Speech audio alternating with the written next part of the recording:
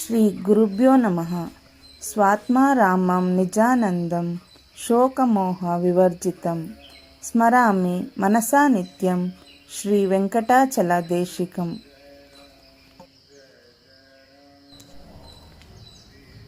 ಓಂ ಶ್ರೀ ಗುರುಭ್ಯೋ ನಮಃ. ಗುರುಬಂಧುಗಳಿಗೆಲ್ಲ ಪ್ರಣಾಮಗಳು. ಇಂದಿನ ಗುರುವಾಣಿಯಲ್ಲಿ ಗಂಗೆಯನ್ನು ಹರಿಸಿದ ಗಂಗಾವತರಣದ ಭಗೀರಥನ ಕತೆ ಇತ್ಯಾದಿ. ದಾವಣಗೆರೆಯ ಬಳಿಯ ಭರಮಸಾಗರದ ಹಲವಾರು ಭಕ್ತರು ಆಂಜನೇಯ ದೇವಸ್ಥಾನ ಕಟ್ಟುವ ಆಸೆಯಿಂದ ಗುರುನಾಥರ ಅಣತಿ ಪಡೆಯಲು ಬಂದಿದ್ದರು. ಆ ಆಂಜನೇಯನ ಸ್ಥಾಪನೆಯನ್ನು ಶ್ರೀ ಶಂಕರಲಿಂಗ ಭಗವಾನರು ಮಾಡಿದ್ದರಂತೆ. ಹಿಂದಿನ ಅದೆಷ್ಟೋ ವರ್ಷಗಳಿಂದ ಆ ಊರಿನ ಹಿರಿಯರು ಆಂಜನೇಯ ದೇವಸ್ಥಾನ ಕಟ್ಟುವ ಯೋಜನೆ ಹಾಕಿದಾಗಲೆಲ್ಲ ಏನೋ ಒಂದು ತೊಡಕಾಗುತ್ತಿತ್ತು, ಕೆಲಸ ಹಾಗೇ ನಿಲ್ಲುತ್ತಿತ್ತು. ಈ ಬಾರಿ ಇವರಲ್ಲಿ ಹಣದ ವ್ಯವಸ್ಥೆ ಏನೂ ಆಗಿರದಿದ್ದರೂ ಗುರುನಾಥರೇ ದಾರಿ ತೋರುವರೆಂಬ ನಂಬಿಕೆ ಬಂದವರಿಗೆ ಅಚಲವಾಗಿತ್ತು. ಅವರು ಬಂದ ಕಾರ್ಯದ ಕಾರಣವನ್ನು ತಿಳಿಸಿದಾಗ ಗುರುನಾಥರು ಒಂದು ಹೊಸ ಮೀನಿನ ಬಲೆ ತಂದು ಮರಳಿನ ಮೇಲೆ ಹೀಗಿರುವ ಆಂಜನೇಯನ ದೇವಸ್ಥಾನದಲ್ಲಿ ಇಡಲು ಹೇಳಿದರು.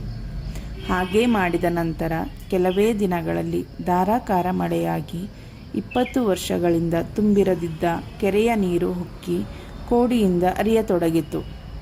ಇದರಿಂದ ಪುಳಕಿತರಾದ ಪಂಚಾಯಿತಿಯವರು 25,000 ರೂಪಾಯಿಗಳ ಮೀನಿನ ಮರಿಗಳನ್ನು ಖರೀದಿಸಿ ತಂದು ನೀರಿಗೆ ಬಿಡಲು ಆ ಮೀನಿನ ಹರಾಜಿನಿಂದ ಒಳ್ಳೆಯ ಆದಾಯ ಸಂಗ್ರಹವಾಗಿ ಅದೇ ಹಣದಲ್ಲಿ ಆಂಜನೇಯ ದೇವಸ್ಥಾನದ ಜೀರ್ಣೋದ್ಧಾರದ ಕೆಲಸವು ಭಕ್ತಾದಿಗಳ ಸಹಾಯ ಸಹಕಾರದೊಂದಿಗೆ ನಿರ್ವಿಘ್ನವಾಗಿ ನೆರವೇರಿತು.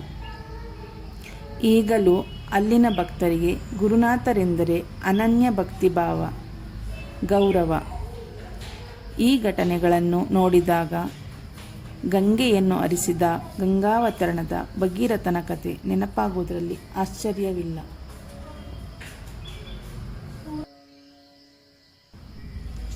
ಒಮ್ಮೆ ನಂಜನಗೂಡಿನಲ್ಲಿ ಗುರುಬಂಧುಗಳ ಮನೆಯಲ್ಲಿದ್ದ ನಾಯಿಯೊಂದಕ್ಕೆ ಹುಚ್ಚು ನಾಯಿ ಕಚ್ಚಿ ಹುಚ್ಚು ಹಿಡಿದಂತಾಗಿ ಸಿಕ್ಕವರಿಗೆಲ್ಲ ಕಚ್ಚಲು ಬರುತ್ತಿತ್ತು.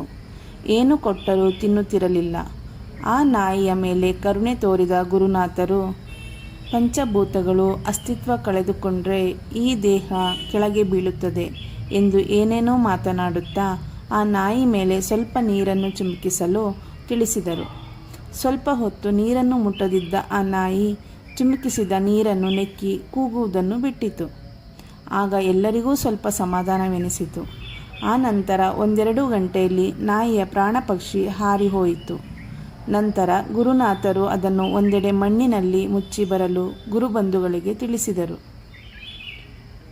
ಒಂದು ಹುಣ್ಣಿಮೆಯ ರಾತ್ರಿ ಬಹಿರ್ದೆಸೆಗೆ ಎದ್ದು ಬಂದಂತಹ ಗುರುನಾಥರು ಪಕ್ಕದಲ್ಲಿದ್ದ ಗುರುಬಂಧುವಿಗೆ ಚಂದ್ರನನ್ನು ವೀಕ್ಷಿಸುತ್ತಾ, ಛಾಯಾದರ್ಪಣ ಏನು ಹೇಳುತ್ತದೆ ಸರ್ ಎಂದಾಗ ಆ ಗುರುಬಂಧು, ನನಗೇನು ಗೊತ್ತಾಗುತ್ತೆ, ನೀವೇ ಹೇಳಿ ಎಂದಾಗ, ಇನ್ನೊಂದು ವಾರದಲ್ಲಿ ನೀರಿನ ಸಂಬಂಧವಾಗಿ 2 ವಿಮಾನಗಳು ಸುಟ್ಟು ಹೋಗುತ್ತವೆ ಎಂದರು.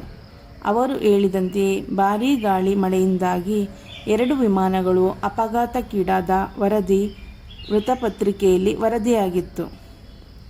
ಮೇಲಿನ ಘಟನಾವಳಿಗಳು ನಡೆದ ನಂತರ ಪತ್ರಿಕಾ ವರದಿಗಾರರೊಬ್ಬರು ಸಖರಾಯಪಟ್ಟಣಕ್ಕೆ ಬಂದಿದ್ದರು.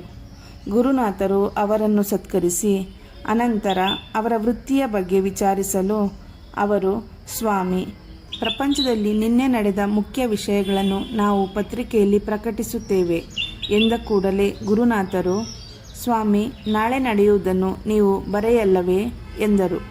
ಅವರು ಇಲ್ಲವೆಂದಾಗ ಗುರುನಾಥರು ಅವರಿಗೆ, ಹಾಗೆಲ್ಲ ಪ್ರಪಂಚ ತಿಳಿಬೇಕು ಸ್ವಾಮಿ, ನಿನ್ನೆ ಆಗಿರುವುದನ್ನು ಯಾರು ಬೇಕಾದರೂ ತಿಳಿಸುತ್ತಾರೆ, ನಾಳೆ ಬಗ್ಗೆ ಎಲ್ಲರಿಗೂ ಕುತೂಹಲ ಅಲ್ಲವೇ ಎಂದಾಗ ಆ ವರದಿಗಾರರು ನಿರುತ್ತರರಾದರು. ಗುರುಭ್ಯೋ ನಮಃ.